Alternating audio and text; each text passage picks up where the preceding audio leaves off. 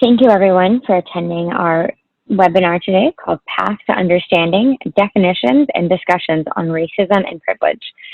We have a wonderful opportunity here today to discuss many of the issues that we're all questioning right now with what's going on in our country and in our own communities around us. And we look forward to sharing that with you and having you meet our facilitator, Carmen Miller, and our wonderful guest speaker today, Ms. Elizabeth Hunterton. Before we get started, I would like to go over with everyone some of the features that we will be using today. The first one is the chat feature. This chat feature here allows us to have you all chime in when you have a question or a comment. So to reach that chat feature, you click on the chat button below and a chat box will appear on the right-hand side. And you are able to type right into the box at the bottom to share your question. And we will be getting to those throughout the webinar and at the end during our question and answer time. However, before we really get started into this, we wanted to take a moment to celebrate and honor Juneteenth. Today, Friday, June 19th, is the oldest nationally celebrated commemoration of the ending of slavery in the U.S. This happened in 1865, almost 2 years after the amendment and Emancipation Proclamation was signed by Abraham Lincoln. And this was when Major General Gordon Granger landed in Galveston, Texas to tell folks that the war had ended and that the enslaved people were now free, which to me seems like such an opportune moment to have and start this conversation today. So with that, today we celebrate and honor Juneteenth. So quickly, our agenda today is ADL, who are we and who are your presenters? Why talking about race matters? We're going to be developing a common language, going over some definitions and some examples of common words that we will be using throughout this presentation. We will also be hosting a discussion session, and then we'll be going over ADL's Pyramid of Hate. We'll do a Q&A and then go over some ADL resources here as well.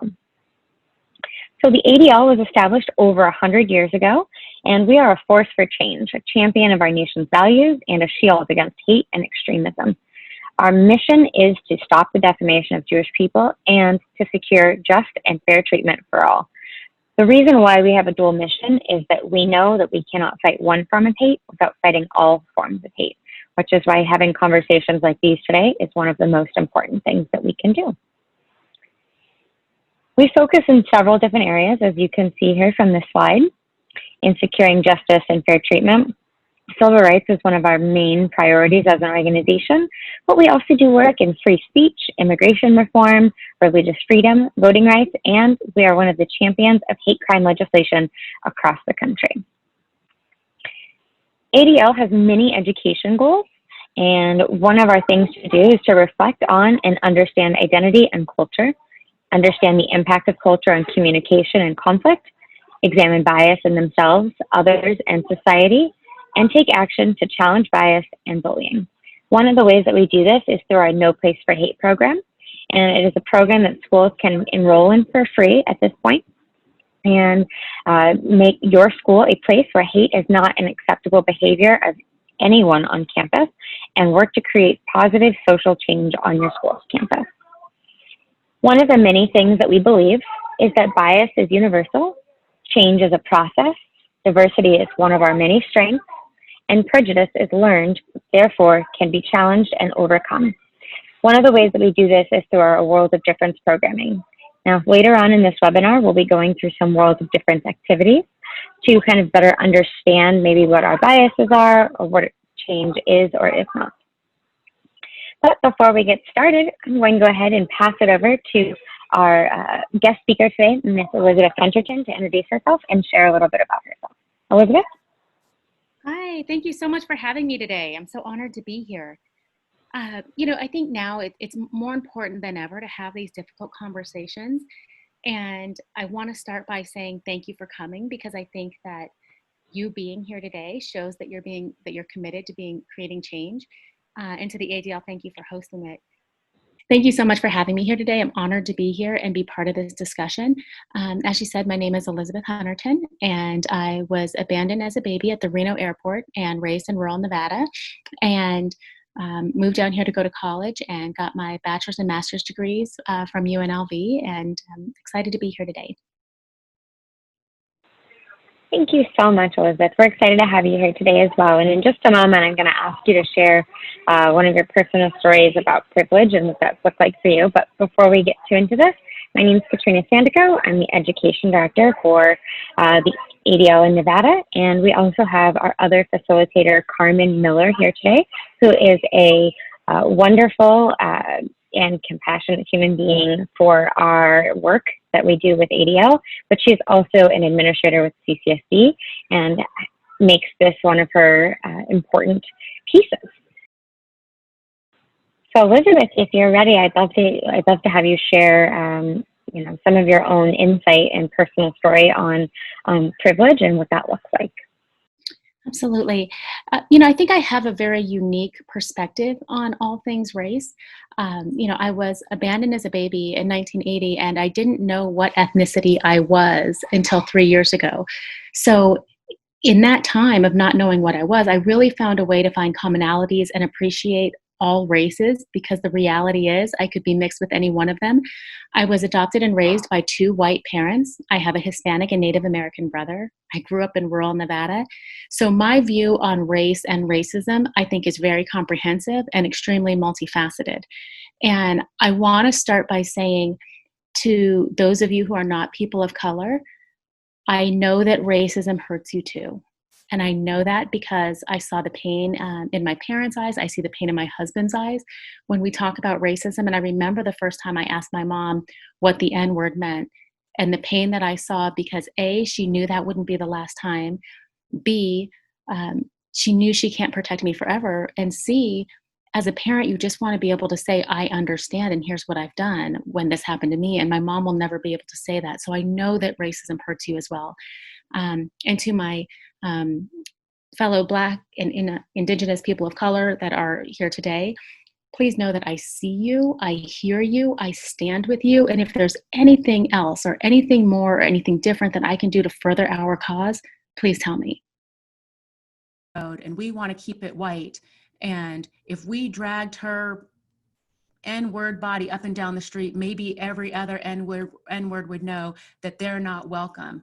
And just the continued threats of physical harm and personal attack and the slurs. And my friend said, oh, I'm going to say something. And I said, no, you're not. Their friends will get here faster than ours. And if you think they won't hit a woman, you're wrong. So we're going to get the check and we're going to leave. And that was what we did. And we got to the car and I said, the answer is yes. And my friend looked at me and she said, yes to what? And I said, yes, you can ask every uncomfortable question that's on your mind right now. And we had a tear-filled conversation. My friends are not racist, but they have blind spots. And I called my friend the other day and I said, how did that experience in Beatty change your perspective of racism? And she said it didn't. I've always known that racism was disgusting. What I realized was not seeing color has made me oblivious to it. You told me you were not welcome in that town. You told me how this was going to end, and I dismissed it and insisted that I was right. You saw the skinheads immediately. I didn't. You heard them. I didn't hear them. Even when you told me to listen, it wasn't until you told me specifically what to hear that I heard it. And then when I wanted to respond, you told me that that was wrong. And then when we were going to get away, you told me that you should drive because you know how to get away from people like this. She said, that hurt. And what I realized is that in that moment, socioeconomics didn't matter. Your education level didn't matter. They hated you strictly because of the color of your skin. And that was all that mattered. And that's privilege. And when she said that's privilege, it clicked to me because I know conceptually and denotatively what privilege means, but that made sense. And she said, I have never been terrified for my safety strictly because of my skin color. And that's your reality. You were afraid the entire drive and you said it and I dismissed it. And I can avoid the places where I don't feel safe because of my skin color. You don't get that luxury. You have to live among us. That's privilege. And again, they're not racists. My friends are not racists. They didn't know it was happening because it has never happened to them, but it is my reality. And we all have those blind spots because our life experience has taught us different. Where growth happens is when we can acknowledge those blind spots, and I have them too. Just this week, I had a mind-blowing revelation and critical blind spot that I'm researching and I'm looking at now, because that's where change happens, is that self-reflection and being sure that we correct our views. And I'm thankful that we're creating these judgment-free zones because it's critical. And I want you to understand, I have been where most of you are sitting, in this position where you know you have questions, you're scared to ask them, it's uncomfortable to ask them. But in middle school, I saw Black people for the first time in my life. And I was, on this particular day, I was running through the halls because these girls wanted to jump me. And I finally looked at them, I said, why do you want to jump me? What is this about? And they looked at me and they said, you think you're white? And I said, I am the only Black person I have ever known. I know I am not white. America has taught me that I'm not white. I know that I'm Black, and I know what that means in America. I don't have anyone to teach me the culture. My parents are white. My brother is Native American and Hispanic. I don't have anyone to teach me. Will you teach me? And at first they thought I was kidding, but my entire middle school, I was everyone's project as they taught me different cultures and different societal norms and all of these things that my parents just couldn't teach me, not because they didn't want to, but it just wasn't their experience. And I asked them every uncomfortable question I could think of, and they listened with an open heart and they didn't judge me. I genuinely wanted to learn, and they became my greatest teachers, but I never dismissed anything that they said. And I think that that's where we're at now. And I just ask everyone to please remember my friends who told me in Beatty that I was being ridiculous. I wasn't being ridiculous. I was right. I was not welcome in that cafe, and I knew it. But it's easy to minimize or dismiss something simply because it isn't or hasn't happened to you. And if you're anything like my friends in that moment, and even when I talked to her the other day, she was like, I just feel so helpless with everything going on. And I looked at her and I said, you are anything but. You have one of the most powerful positions right now, because what you get to do is when your friends tell you that racism isn't real, you get to tell them what happened to us in Beatty, and they will listen to you, but they would dismiss me. There's power in that. And I think that if we all embrace that responsibility, we are going to create change. And I'm educated and I'm successful. I have 2 white parents. I still get called the N-word. Just last month, I was threatened by a white supremacist as I was driving up Charleston with my kids. I'm going to be asked at Target to show my receipt to prove that I paid for the toilet paper in the bottom of my cart. And the girl who comes and asks me is going to continue to explain that her manager's making her ask me, and if I look different, I probably wouldn't be asked. That is my reality. And my parents, even though they're white, and I grew up in a very white world, I don't get to inherit their privilege, but I do rely on it. I rely on their privilege and yours to take our messages to tables that I will simply never be invited to. You will have audiences that will never hear me, that would dismiss me, but will listen to you. And there's so much power in that. And that's where change happens. When we hear others' perspectives and we have the courage to stand with them and ensure that they don't continue to have these experiences alone. And by being here today, you've committed to being part of that change. And on behalf of all of us who've been on the receiving end of racism, we thank you for that. So thank you. Thank you so much, Elizabeth. I'm going to throw it over to Carmen to lead us into our first portion. So why talking about race matters? This is a perfect example. Thank you so much, Elizabeth, for sharing that, because that leads us into why it's important to have conversations like this and to use your privilege in order to have this conversation, because we're talking about empowerment and tools, and we're talking about individual journeys that can make the change come about. Number one, everyone has what is called a racialized identity. Now, we could be here for 5 hours, but we're not going to talk about how the word race is a social construct and how it started in the Spanish Inquisition, but we're not going to go there. But we do have to keep it simple. We all have a racialized identity that has come our way. And that identity is a major impact on a person's life. That means the way you live, the way that you interact, the way that you are employed, the way that even how your health care is taken into context. So everyone has that, and it has a significant impact on your life. Race, again, is defined as a social construct in American life in terms of identifying and certain things are pointed and specialized or stereotyped as being connected to an identity. And after a while, it's, if you've ever played the game telephone, it gets further and further away from the truth as people repeat it. So it's a social aspect of it. And like Elizabeth shared, is she may have had her privilege, but she cannot inherit that privilege because she's a woman of color, and that's what her reality is in American life. And that's one of the reasons why having a discussion about race really matters, because the data is there. It's not an imagination. It's not something that just popped up out of anywhere. The data is there. It is documented.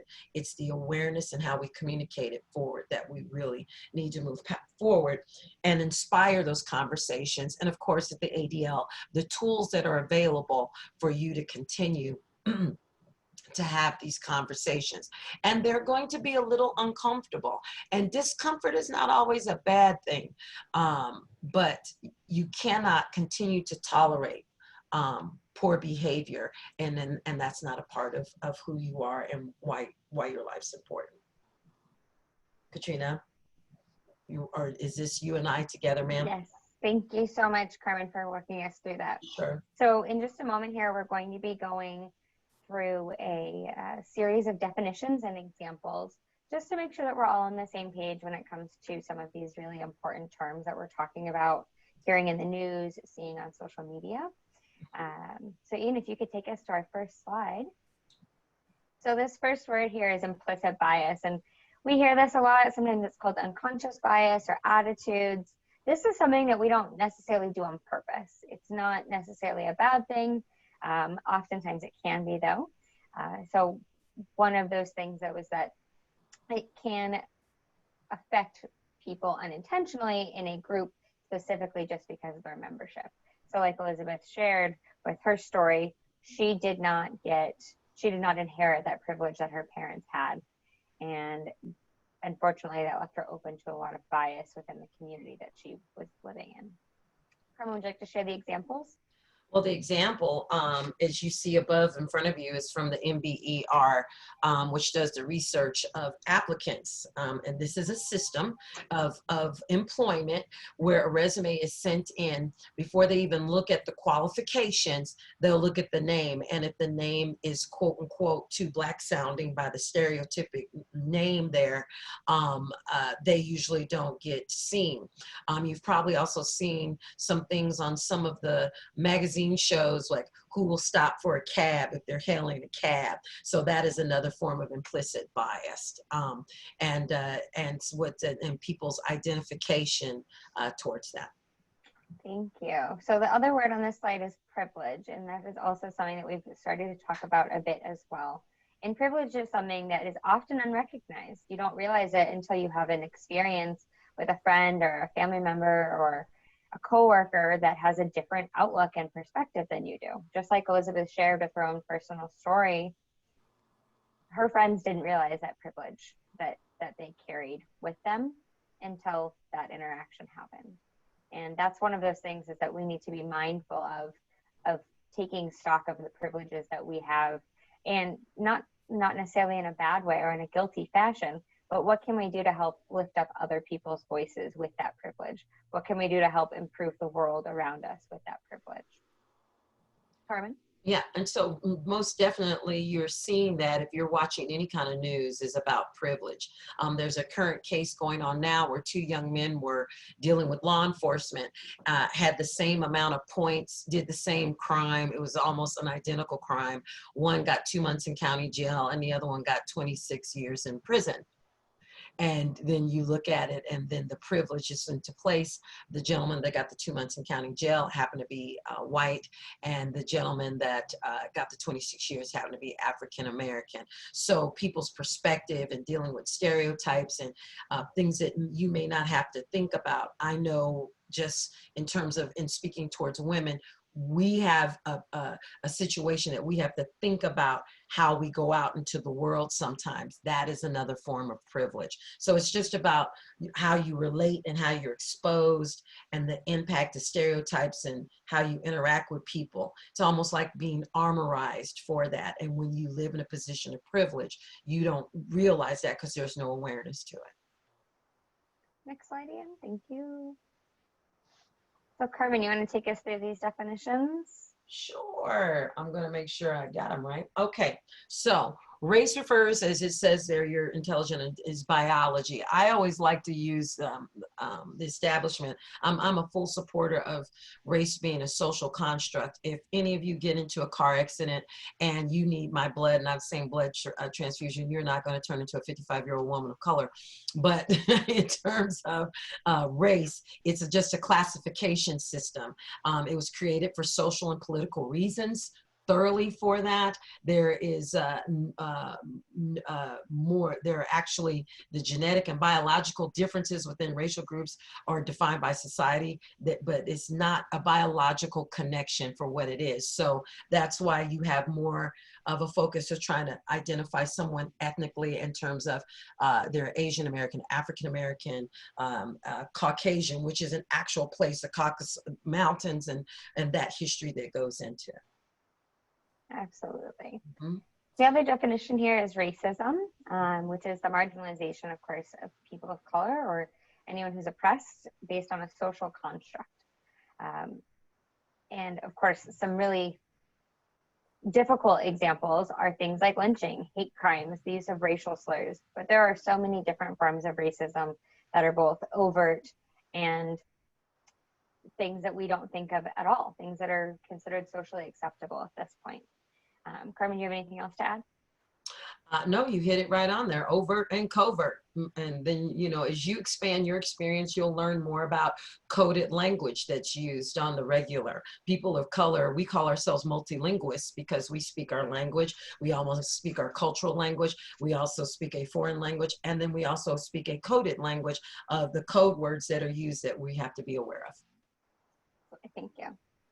And this last word, structural racism. Now, this is what you're seeing played out in front of your televisions all the time in terms of systematic racism, which is when you take a life factor and mix it to a system in which everyone is supposed to be fed into that usually works to the advantage historically towards white America for people of color. And you see it in so many different systems. And that information is being put out now. So it's there, it can be seen. It's not something that, oh, you know, they're just taking it too personal.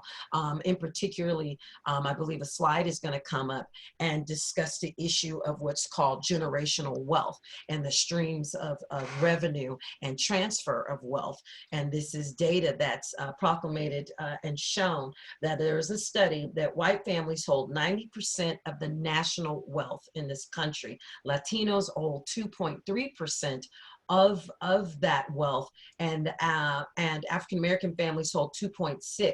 Not only that, during the Great Recession, a lot of the minority families were hit hard with that wealth gap that's taking place. So just put it in perspective, if for every $100 that a white family earns in income, Black families only earn $57.30 of that. That is a significant wealth gap. And with that wealth gap, that means paying for good health care. That means appropriate housing. That means location and living in places where the water is not affecting. Water affects health. Health affects your ability to get health care. So the systems are putting up the obstacles. So that's what they mean by structural racism. Thank you. So in just a moment, we're going to be showing you 3 individual slides. Now, we would love to have you all share your answers in the chat. The important thing to remember during this is that we all need to be kind and respectful towards one another using the chat feature. And as we go through these questions, understand that everyone is feeling uncomfortable, and that's okay. If you're not comfortable sharing your answer with the whole group, you can always share it directly to myself as one of the hosts, and we would be happy to share those answers out loud without the information. So here we go.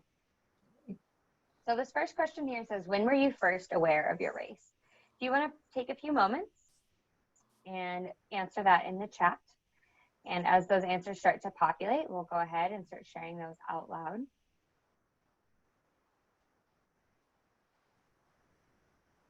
Katrina? Yes. Can I make a comment to one of our participants, because she makes a very, very good point about land ownership, and I believe that's Ms. Williams. Absolutely. While we're waiting for these answers to come through, definitely. Yeah, because that goes back to what I was discussing in terms of power and land power. And if you really dig into the American history, and particularly the Constitution and how it was before it was amended and bended and whatnot, it was set up for the landowners in order to have the most power. And it's one of the reasons why you had the creation of the Electoral College also. So that's very much so. So when I saw that come up, I was trying not to jump up in my seat, and I said, yes, yes, yes, because you're right on point, Ms. Williams. Thank you. Absolutely. So a lot of you here in the chat are saying early elementary school, some high school. Some folks are even saying longer than that, which is really interesting. We've got a few answers here that says maybe even pre-K. And the reality is that children are well aware of the differences of people and what they look like. Children are not colorblind. They can see it very clearly. They have questions, and oftentimes they just simply want an answer. It doesn't need to be a long, complicated answer. This needs to be an answer that's honest and from the right place. Ian, can we go to the next question? What do you remember from childhood about how you made sense of human differences, and perhaps what confused you? So especially since many of you are sharing that you realized that race was a difference between many people at an early age, this is an opportunity to share something. It looks like we've got a few responses already. How did you make sense of these human differences?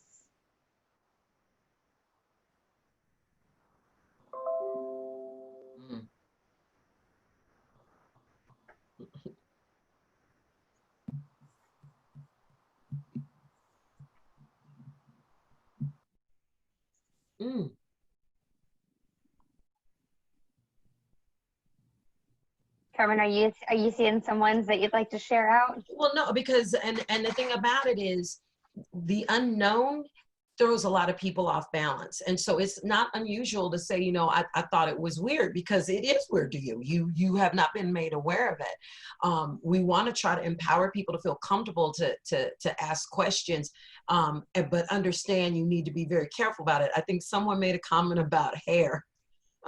Okay. And I can't speak for myself, and Elizabeth, maybe you can chime in here.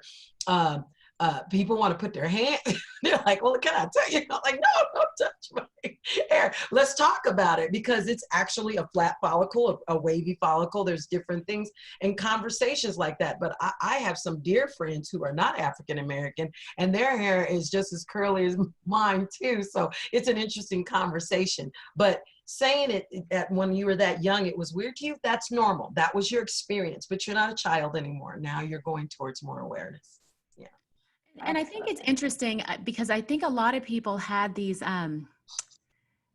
they would see these childhood differences, right? And they would usually go to their parents who looked like them Yeah. and get an understanding that made sense. And I'll tell you, you know, I had a really different perspective because I didn't have anyone who looked like me. And as a child, and it has changed my entire view forever. And I still do it, but I have a game I play, and I've been playing it since I was 5. It's called I Wonder If We're Related. And when you're mixed with, like, I was left at an airport. I don't know what day I was born. I only found out 3 years ago what my races are. And so when you can be mixed with anything, you can be related to anyone and everyone. And so from the time I was little, I would look at people and say, oh, you know what? She likes bows. Like, I like bows in her hair. I wonder if we're related. We like the same songs. I wonder if we're related. And I didn't know how unnormal that was until I was talking to my friend a couple years ago. And I was like, yeah, I was getting a coffee, and this girl, we were talking about music, and she likes these obscure music, the artists that I do. I wonder if we're related. She's like, stop it. You say this every day. What do you mean by that?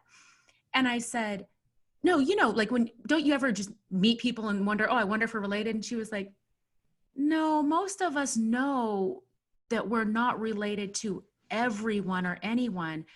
And I said, well, that's interesting. Well, what did you think about me the first time you met me? She was like, oh, I loved your hair. I love this. I love that. And I was like, Lisa, that's literally every single way we're different. You just said everything you like was every way that we're different. She was like, well, what did you think? I said, the first time I saw you, you had a floral pleated skirt and a yellow shirt. Yellow's my favorite color. I wonder if we're related. So it's interesting how we look at the world and how we fill in those blanks and capitalize on those differences and try to make them make sense in our minds. Yeah. Absolutely. Yeah, Yeah. Jane Elliott says that we're all 85th cousins if you really want to break it down. So, Nice to meet you all, family. Right. really? So our last question for large group discussion is, how, if ever, did an adult give you any help thinking about racial differences? How, if ever, did any adult give you help thinking about racial differences? Well, I do have a lot of cousins, of course.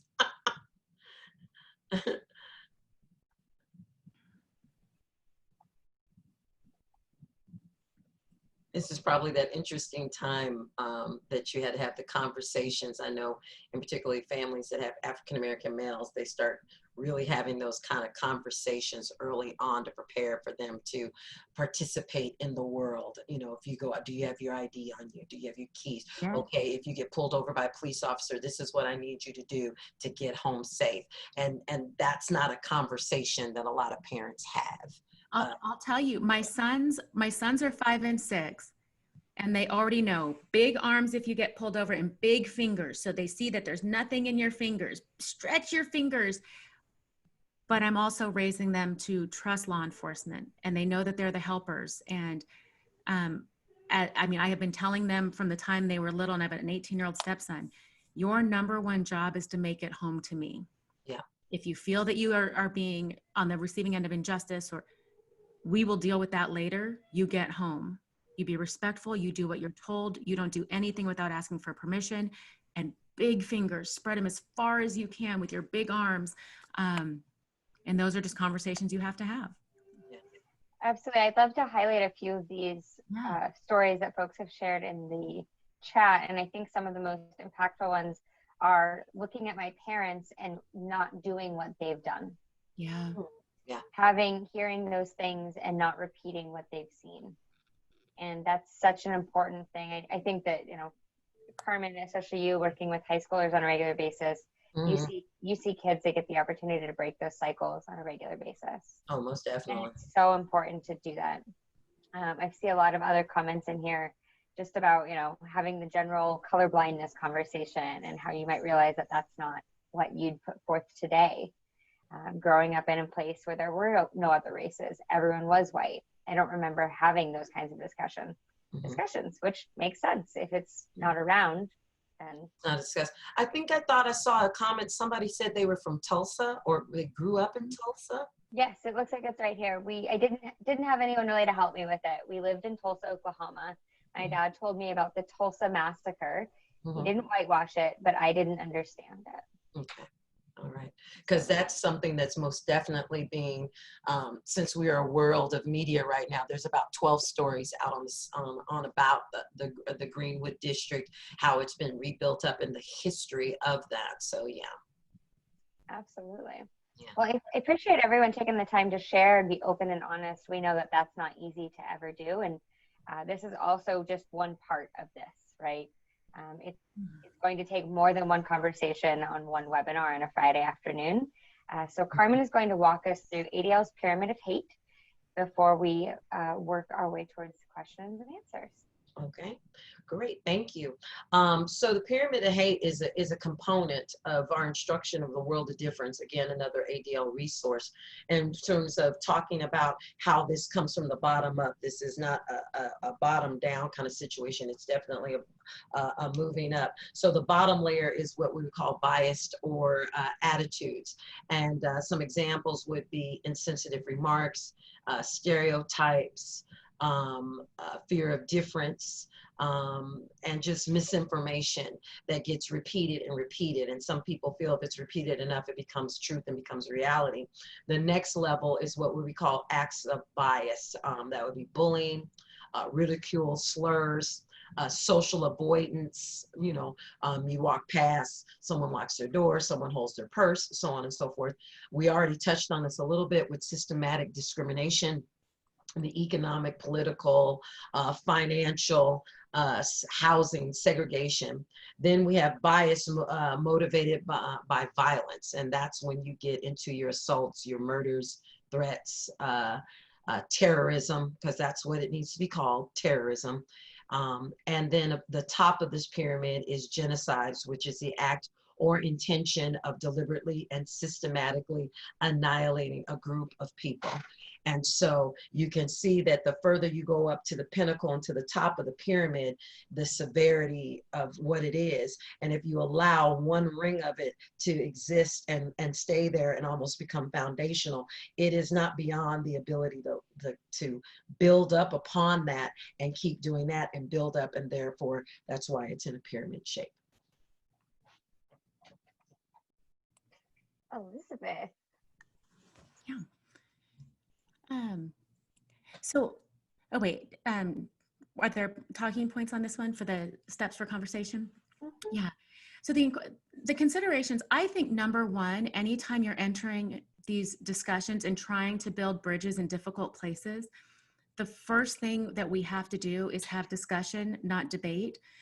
It's so important that we don't ask people to defend their experience. And we consider the racial composition of your spaces, you know, whether it's work, school, communal spaces, and acknowledging the connection of the past to the present, because so often when you see the present, it really is, whether it's the frustration or the anger, it's the bubbling up of what's happened over the past. And that past also serves as the appreciation that we have now for, and Carmen and I were talking earlier about the appreciation and the hope that we have because of the conversations we're having now that are deeply connected to the past. So it's exciting. Having those discussions about cultural, structural racism, again, just because they may not be happening to you, that doesn't mean they're not happening. And the concept of privilege, we have to acknowledge that and be open to talking about that. I always encourage empathy.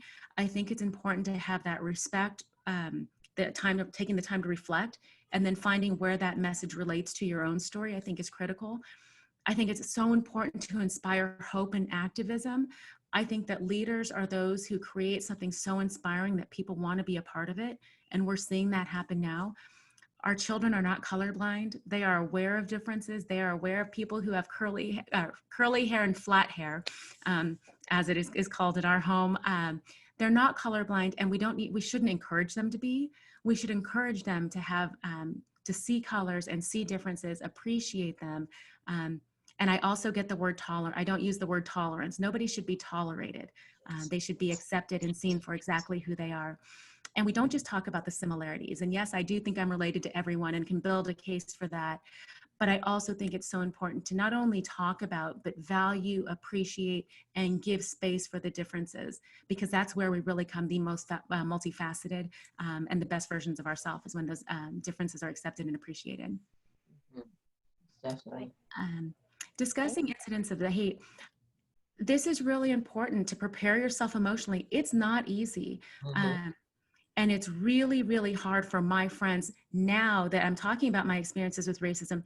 It's hard for them. And it's hard for me too, because I'm also acknowledging that I've had a great deal of shame with the level and the frequency of the concessions I have to make just to function in this world. Um, so it's an emotional conversation, but again, there's a lot of power in those conversations.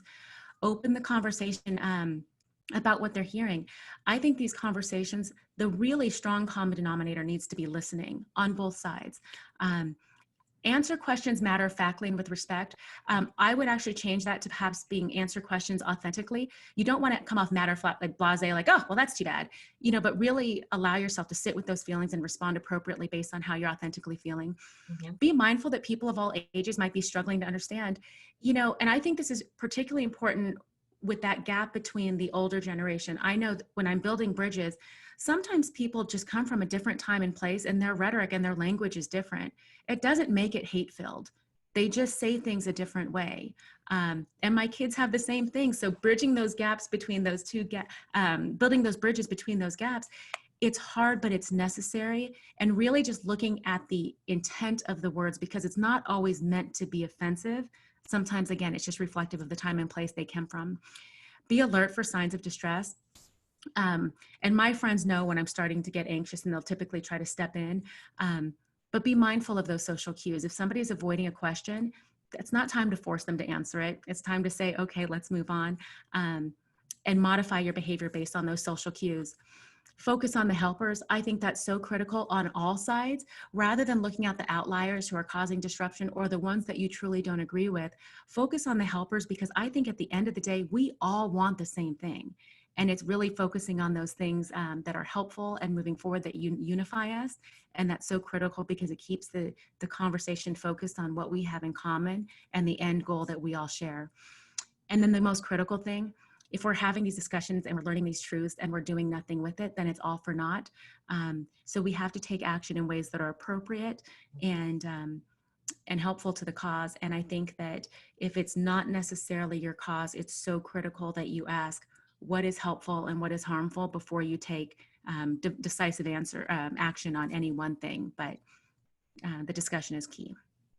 And can I piggyback off of something that you said, Elizabeth, going back to um, uh, empathy, because there's a big difference between empathy and sympathy, but we also realize that in these conversations, we're all not going to agree on some things. Someone's going to have a different perspective of a statement or a word that was said or shared or whatnot, but that is the beauty of the organic, authentic conversation.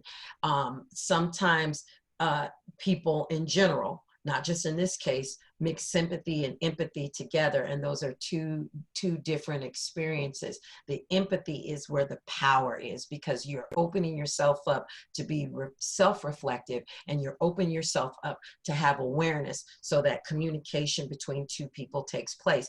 And you're not always going to agree, and that's the beauty of it. And that's okay. And that's okay. That is, yes. Okay. Absolutely. Because it's going to take all of us. Yes. That's really what it boils down to. Exactly. Absolutely. Thank you, both of you, so much for walking us through those things. We will be doing an additional 2 webinars on this, in the growth of this conversation. The next one will be on June 26th, and Elizabeth will also be joining us for that as well, to share some more words of wisdom and how to continue to having those difficult and honest conversations. So I know some of you have already started to put things in the chat and with questions and comments.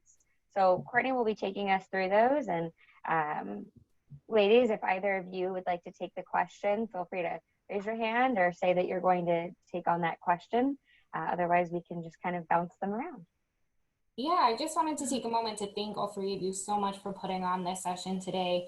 I'm sure you probably have missed a lot of the chat, but Elizabeth, there are plenty of people in the chat that would love to be related to you. So I saw that. you got lots of fans, but I definitely want to go through some of the questions that people had, and if anyone has any other ones, please reach out. So Elizabeth, maybe this is for you. Some people have had questions on the proper terminology to use as to not be offensive. Can you explain the difference between using terms like African American or the Black community are? Personally, I prefer to be called Black or a person of color. I think African American, to me, is it puts a distance between me and being an American. But I also think, that's really personal. I prefer Black and person of color, but I think that's just where I stand on it. Carmen, do you agree? Or I agree. It's really, it's about engaging in the conversation, because when when I was lecturing at the University of Iowa, I had someone come up to me and goes, well, what do you want me to call you? Do you want me to call you Black? Do you want me to call you African American? Do you want me to call you woman of color? And I said, well, my birth certificate says Carmen Shawn, and that's what I would prefer. And then she goes, but I mean, and then we started having the conversation. It matters on which one. Certain people are comfortable with Black, capital B. Some people and it's are, okay to ask. Yeah, just all you have to do is ask. That's It's the okay. best thing, is ask. Yeah. Great, thank you. We have another question about someone who is white, and they want to know, what is the best way to approach the Black community? What are you discussing? In I guess, general? yeah. They just say to approach them just to speak, or Are involved in the community to learn more. One, you're courageous, because the temperament of the question sounds a little timid, but I would just ask and start in an area of the community that you feel comfortable and that you have a passion for. If your passion is in healthcare, go to healthcare. And within the African American community, they have a lot of health centers within the African American community that could use your expertise. Go where you feel comfortable. If you're a person of faith, go into an ecumenical setting in which you can engage people. I would think if you have children and one of your children's classmates is African, introduce yourself to that child's parent. I mean, that's going to get you a doorway in. I mean, unless you get invited to the cookout or something like that. What do you think, Elizabeth? Well, and I think asking is critical. And I learned as a kid, don't just go up and ask any Black person you see. I used to do that at the grocery store because I was so excited to see one. And my mom, and this poor person on the receiving end was like, this is uncomfortable. But if you ask enough people, can I just have an honest conversation with you? I want to have a better understanding. And again, if you're willing to engage in that dialogue rather than the debate, I think you'll find that most people are open to have a conversation. And if they're not, that's okay. I mean, again, I ask a lot of people a lot of questions, because even now, my parents are still white. There's still things I don't know and I don't understand. I still ask my friends those uncomfortable questions. Not all of, I mean, I have my friends that I know are open to that. So I think it's that trial and error, but just never stop asking. Yeah. You can ask me. I'm a judgment-free zone. You can ask me anything.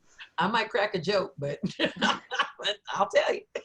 Great. So another question is, do you think that we are at a tipping point where significant change will take place? 100%. 185%. 100%. Yes. 100%. Yes. Because, and again, I want to be very clear. I do not condone looting. I do not condone rioting. However, the place it had in this particular ecosystem is that it has necessitated change. And now that disruption is going to pass the baton to the rational-minded speaking people committed to change. And then those rational-minded people and speakers are going to pass it on to those who can enact the change. And my hope is that the people that can actually enact the change are going to circle back to the very community that it will benefit and say, what is it that you need? And I know for a fact the Black communities are meeting with leaders and they're meeting with people at the highest levels, so they will have an answer for when that question is asked, so it doesn't get lost and fall by the wayside by several of recent movements that we have seen. We are at a tipping point, and I think what is so critical is that we all work very hard to be on the right side of history, because 20 years from now, this is going to be a pivotal point. I 100% agree, and I'm so hopeful because of that. Most definitely. Most definitely, because this didn't just happen a couple of weeks ago. This has been happening. If you go through the timeline of things that have been occurring, and what are they doing? I mean, we are at that point. I mean, I was just having this conversation with my mother, and she said, this is a little different than when I was a freedom rider. And I was like, yeah, I think so too. So I'm hoping that we will get to the point that we bring about that change and we work and do it together, most definitely.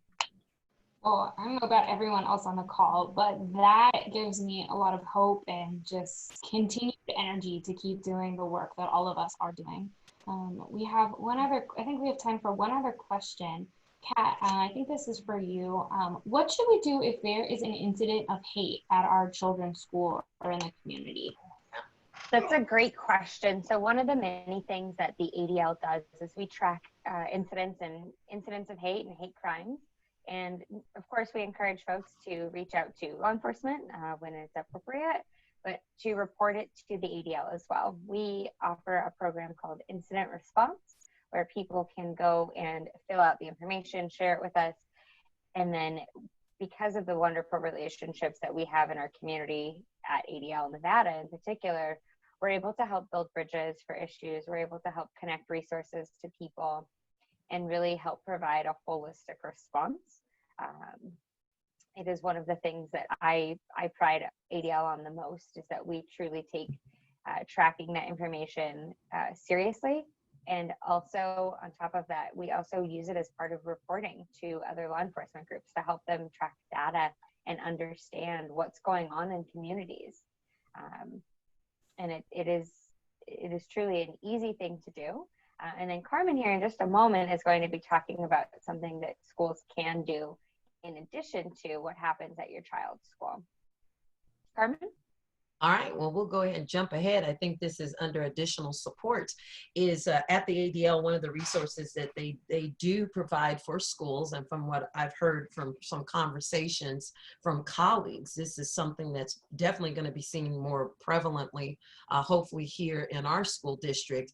The site that I work at, we are considered a what's called a no place for hate school, where we have some implementation of some educational things and activities to address if you see something that happens at the school, where you go, where you get support system. And a lot of it is student driven with guidance from the administration and an administrative team that overlooks that.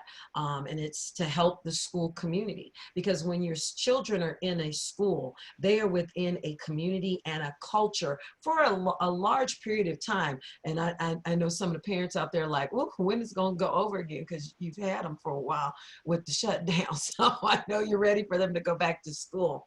But it also teaches them skills to self-direct how to do that, and then provide the support system that if they go and report to an organization or to the person on campus responsible, and they can do it anonymously or they can do it face-to-face, they can do that. One of the things that we do at our school is that we have something where it's done anonymously, and then you have the choice to confront and work through that framework. And so it fosters a culture, a campus culture of respect on it whatsoever. So that's one of the ways. But I do know that in schools, there is a mechanism in each school that on how to report that, because we're required to address that. Thank you so much, Carmen, for sharing that. Elizabeth would like to address one more question before we wrap up, and I appreciate everyone who's able to stay on for a few more minutes. So go ahead. Thank you. And I just saw Mr. Kaufman's comment, and it says, although I agree with most of what you said, I can't agree that we should teach our children to not be colorblind. The fact that a person is Black or Asian or whatever makes no difference. They're all the same, even if they don't look the same. We should be colorblind.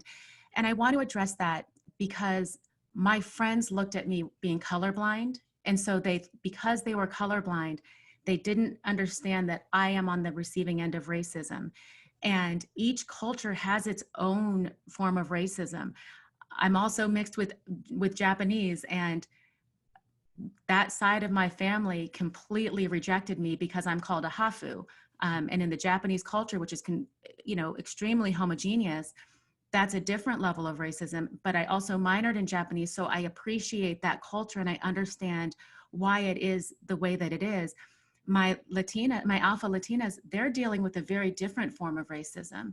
And even the the family dynamics are different.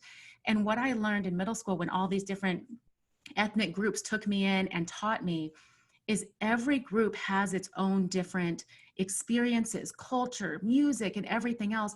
And the more that we dilute that to be the same, we lose that flavor and we lose that perspective. And it's so important. So I teach my kids like, oh, look at Harrison. Harrison's dad's from the Middle East. We should learn more about that. And it's not to, not to create division, but to create a level of acceptance, knowing that each color and each person brings their own unique perspective and challenges. And my sons know that no matter who they see on the receiving end of hatred, or that people make choices to hate people or not be kind because they're different, my sons know that whoever is on the receiving end of that, it's their job to be a helper and make sure that that person knows that they're not alone. But if I don't teach them that that can be anybody and that can be everyone because of specific reasons, we're going to lose that. So I do understand what you're saying, but there are so many nuances to especially when it comes to racism, that we really do have to see color, because the fight is different for all of us. Most definitely. Yeah, that is something that and that was something that was really populated in the late 70s, the term of color blindness, in order that we're together. But see, that's the issue, and that gets into the microaggressive behavior and the commentary, is because you have to see, as one of our guests just said, you have to see people for who they are, what their perspective is, and you have to know their narrative.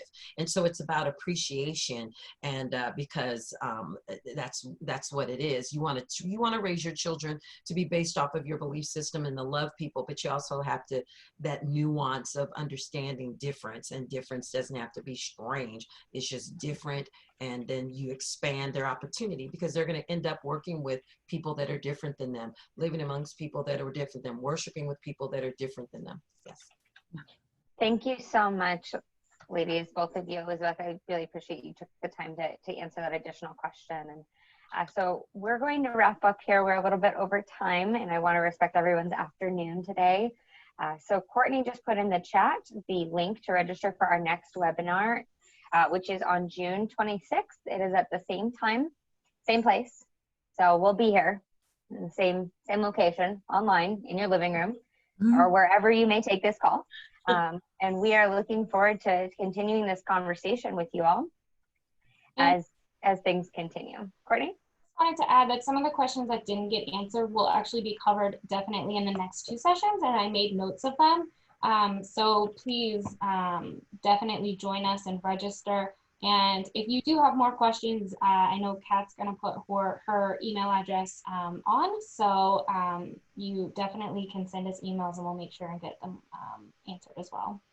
Absolutely. If there was anything that we missed today, or you are hoping to cover in a future session, all of you should have received an email with that registration link with my email in it. And you can reply directly to me, and I will work with Carmen and Elizabeth both to help gather that data and information for you. And Julie, to your question, of course, you're absolutely allowed to invite others. Tell everyone that you know, and email all of your neighbors. We would love to have more participants join us next time for continuing this conversation. And with that, I wish everyone a wonderful afternoon. Happy Juneteenth. And we look forward to continuing the conversation. Happy Juneteenth. Thank you. Have a great weekend. Happy Juneteenth.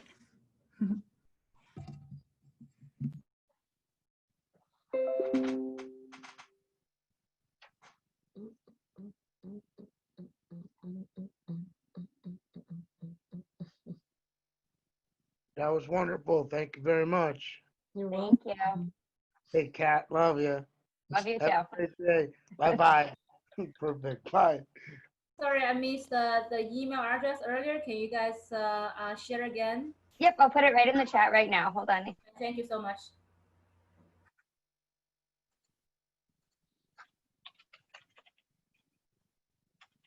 Thanks, Courtney. Thank you, Ken.